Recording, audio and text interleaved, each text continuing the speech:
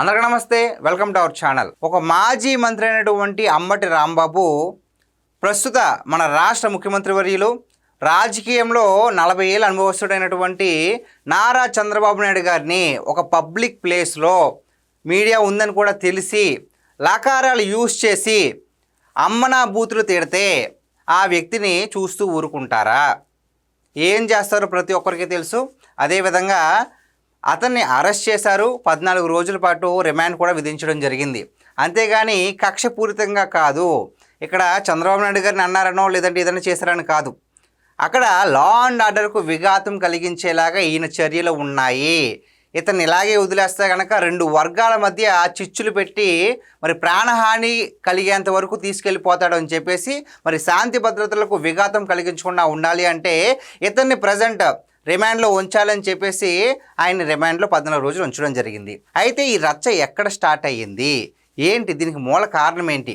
మరి ఇంతలా జరిగింది, ఈయనకి ఇంత వయసు వచ్చినా మరి ఆ తలంతా మెరిసిపోయినా ఇంకా విచక్షణ రహితంగా అసలు ఏమాత్రం ఇలా అనొచ్చో లేదో అన్న విచక్షణ లేకుండా ఒక పబ్లిక్ డొమైన్లో ముఖ్యమంత్రి స్థానంలో ఉన్నటువంటి ఒక వ్యక్తిని లకారాలు యూజ్ చేసి నోటికి ఎంత వస్తే అంత తిట్టడం జరిగింది.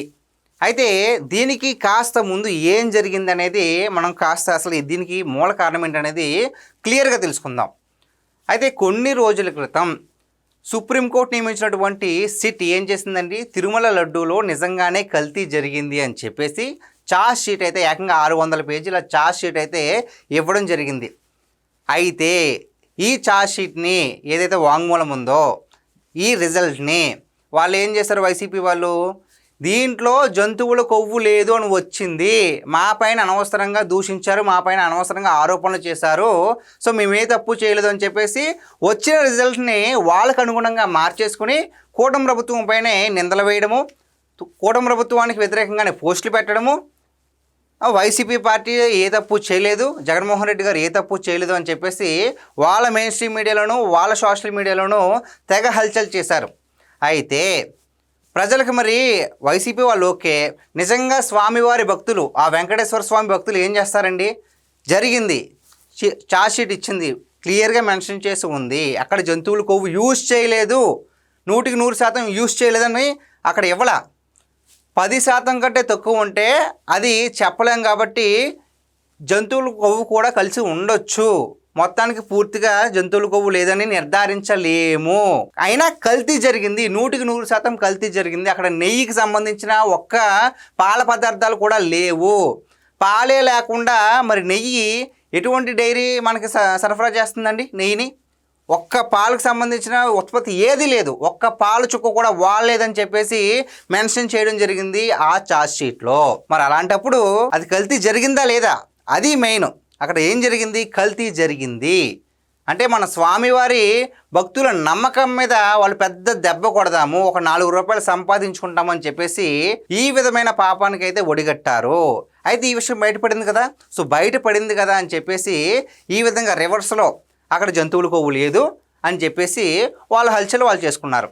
అయితే భక్తులందరికీ కూడా బాగా మండి ఏం చేశారు, రాష్ట్రం అంతా కూడా వెంకటేశ్వర స్వామి భక్తులంతా కూడా మేలుకొని ఫ్లెక్సీలు, కొన్ని చోట్ల ఫ్లెక్సీలు చేసి వైసీపీ చేసిన మహాపాపానికి ఫ్లెక్సీల ద్వారా నిరసన అయితే తెలపడం జరిగింది.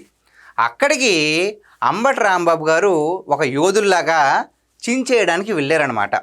చించేయడానికి వెళ్తుంటే అక్కడ కూడా ప్రజలు విమర్శించి వెంకటేశ్వర స్వామి సన్నిధిలో తప్పు చేయడమే కాకుండా ఆ తప్పుని ఎండగడదామని ఫ్లెక్సీలు పెడితే మీరు చించేయడానికి వస్తారని చెప్పేసి ప్రజలు తిరగబడ్డారు. అప్పుడు ఆయన పోలీసులందరూ కూడా ఆయనకి రక్షణ కల్పించి పంపుతూ ఉంటే మీరు వెళ్ళండి ఆయన వెళ్ళండి అని డ్రైవర్ చెప్తూ ఉంటే ఆయన మరి ఇలా బయటకు వచ్చి మరి చంద్రబాబు నాయుడు గారిని ఈ విధమైన దూషణలు అయితే చేయడం జరిగింది. లకారాలు యూజ్ చేయడం, నేను ఒక మాజీ మంత్రిని అనేది ఏది లేదు, జగన్మోహన్ రెడ్డి గారు చెప్పారు చెయ్యాలి అంతే. నిజంగా జగన్మోహన్ రెడ్డి గారు ప్రమేయం లేకుండా ఆయన అంతలాగా రియాక్ట్ అవుతాడా? ఇక్కడ మనం బాగా గ్రహించాల్సింది ఏంటి అంటే, సింపతిని గెయిన్ చేయడం కోసం అరెస్ట్ అయితే సింపతి గెయిన్ అవుద్ది, మమ్మల్ని ఇలా అక్రమ అరెస్టులు చేస్తున్నారని చెప్పుకోవడానికి వైసీపీ వాళ్ళు ఈ విధంగా పన్నాగాలైతే పండుతున్నారు. ఒక్కసారి మైండ్ మనం దగ్గర పెట్టి చూస్తే కనుక అంబటి రాంబాబు మరి కాపు సామాజిక వర్గానికి చెందినటువంటి వ్యక్తి, అతను ఈ విధంగా చేసి అరెస్ట్ అయితే కనుక ఇదిగో కాపుల్ని ఈ విధంగా అరెస్ట్ చేస్తున్నారని చెప్పుకోవడానికి? అంటే ఇదంతా ఎందుకు? కాపుల్ని కావాలని టార్గెట్ చేస్తారని ఎందుకు చెప్పుకోవాలి?